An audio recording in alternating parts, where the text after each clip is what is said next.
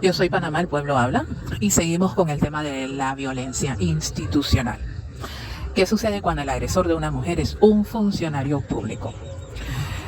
A 30 meses de haber llegado a la provincia de Chiriquí, empiezan a salir las primeras respuestas a las diferentes denuncias presentadas.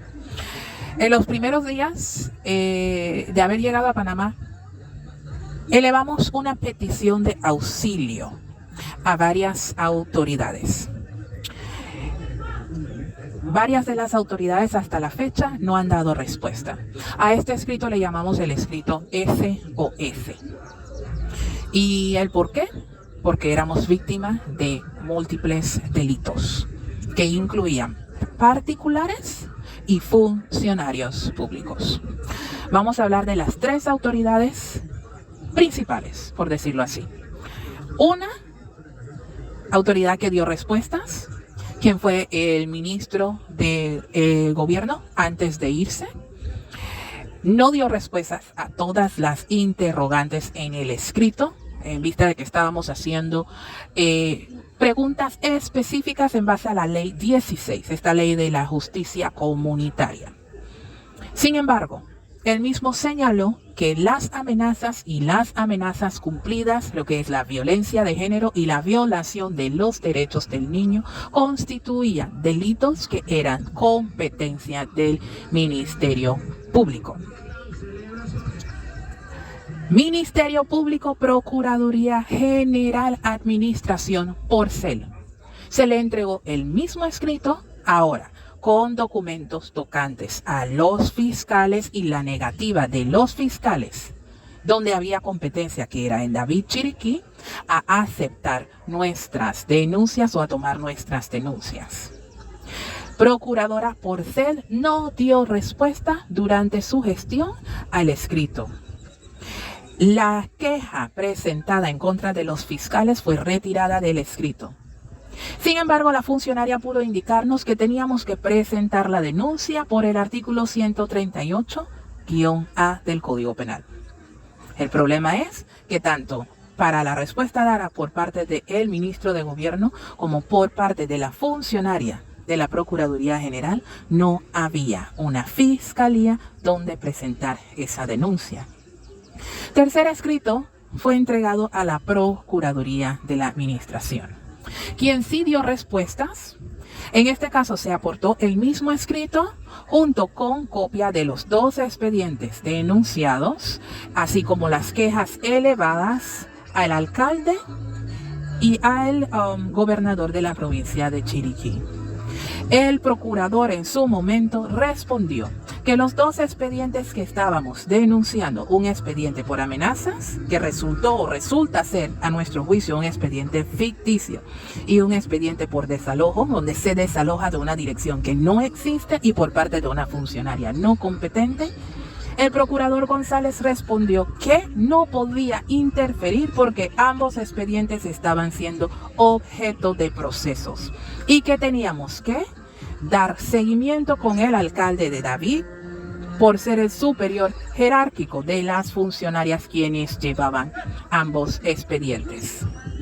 En el mismo escrito, en la misma nota, el procurador confirma que el alcalde ya tenía conocimiento de los expedientes. Esta nota fue recibida el día 5 de octubre del 2018. Le volvimos a escribir al procurador de la administración explicándole las razones por las cuales no podíamos darle seguimiento al alcalde. Y él mismo volvió a responder con fecha del 23 de noviembre del 2018, indicando que teníamos que dar seguimiento por la vía gobernativa. Ahora bien, ya las amenazas habían sido cumplidas. Esas amenazas constituyeron toda una serie de nuevos delitos. Existe una ley 82 que se supone debe de erradicar toda forma de violencia a la mujer. Existen los derechos de la mujer y entre los derechos es 1, recibir orientación por la parte legal. Esta orientación ha sido difícil porque el Estado panameño se ha negado a responder a las consultas puntuales a ellos elevados. Curiosamente, Seguimos haciendo cuestionamientos al procurador de la administración en vista de que la Procuraduría General no daba respuestas. Y preguntamos, ¿cómo se identifican los expedientes?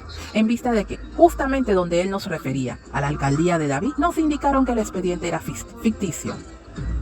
El señor procurador no pudo darnos respuesta de cómo se identifican los expedientes, mas sin embargo sí nos trajo la resolución del expediente. En todo este tiempo ha sido la única autoridad que ha podido obtener la actuación por parte de la Corregiduría de Descarga para el expediente de las amenazas. La respuesta recibida por parte del procurador de la administración es simplemente increíble. 1. El expediente 264 Charifa-18 de forma milagrosa cambia de número. Pero no hay ninguna explicación dentro del expediente del por qué se cambió de número. Por ende, hasta el sol de hoy no sabemos cómo identificar al expediente correctamente.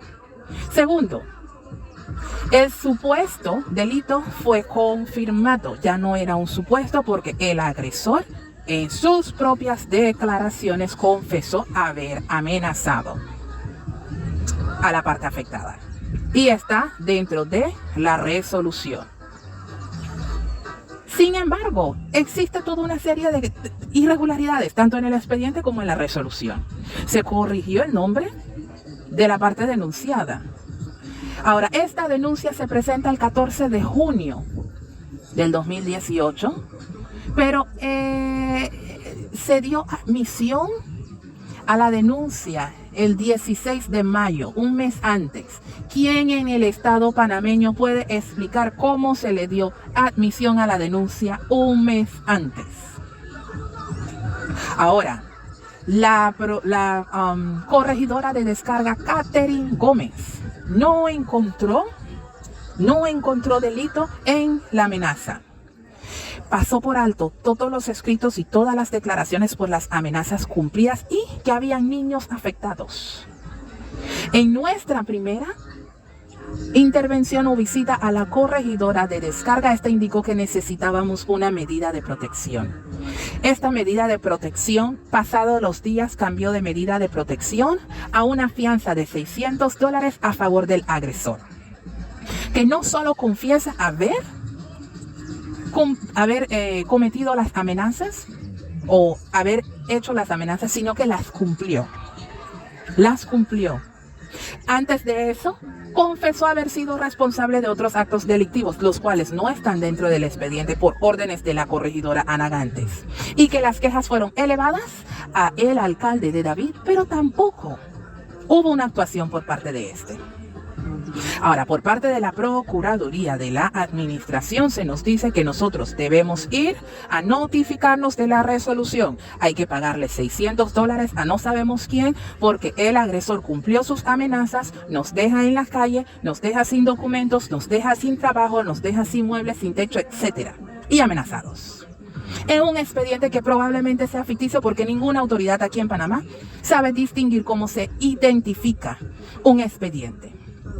Y este expediente ha sido entregado de autoridad a autoridad hasta llegar a Corte Suprema. Y ninguna se ha dado cuenta de que ese expediente tiene irregularidades. Estas son las autoridades que están administrando justicia actualmente. No entiendo cómo sucede corrupción en la Fiscalía Anticorrupción y corrupción dentro de la Procuraduría General. Hemos llegado hasta la Corte Suprema de Justicia a falta de orientación y representación legal. No conocemos ni de escritos, ni de formatos, ni de términos. Conocemos de nuestros derechos. Y alguien tiene que dar respuesta aquí en Panamá. Después de 30 meses hay una mujer y hay niños que ya están cansados y que quieren respuestas. Fueron sacados de su casa, su intimidad y su vida fue violada. Y todas sus pertenencias fueron dañadas por parte del arrendador. Pero hace unos días, el fiscal en Fiscalía Anticorrupción indicó que nuestras pertenencias fueron guardadas en un punto no definido. Porque él no sabe. Entonces, ¿qué hizo la Fiscalía Anticorrupción? ¿Qué hizo la Fiscalía Anticorrupción cuando nosotros indicamos que las pertenencias habían sido dañadas? Y tenemos un Ministerio Público callando el delito, una Defensoría del Pueblo callando el delito, una Procuraduría General callando el delito, un Instituto de la Mujer callando el delito y una Secretaría de la Niñez que no asiste, un MIDES que no asiste y un Ministerio de Vivienda que esto no es conmigo. Estas son las autoridades que están en los medios todos los días hablando de derechos, hablando de leyes. ¿Quién responde por la violencia institucional en Panamá? ¿Quién la investiga? Si quienes tienen que investigarla son parte del delito. Síganos porque siguen y vendrán más denuncias ante la no asistencia por parte del Ministerio Público.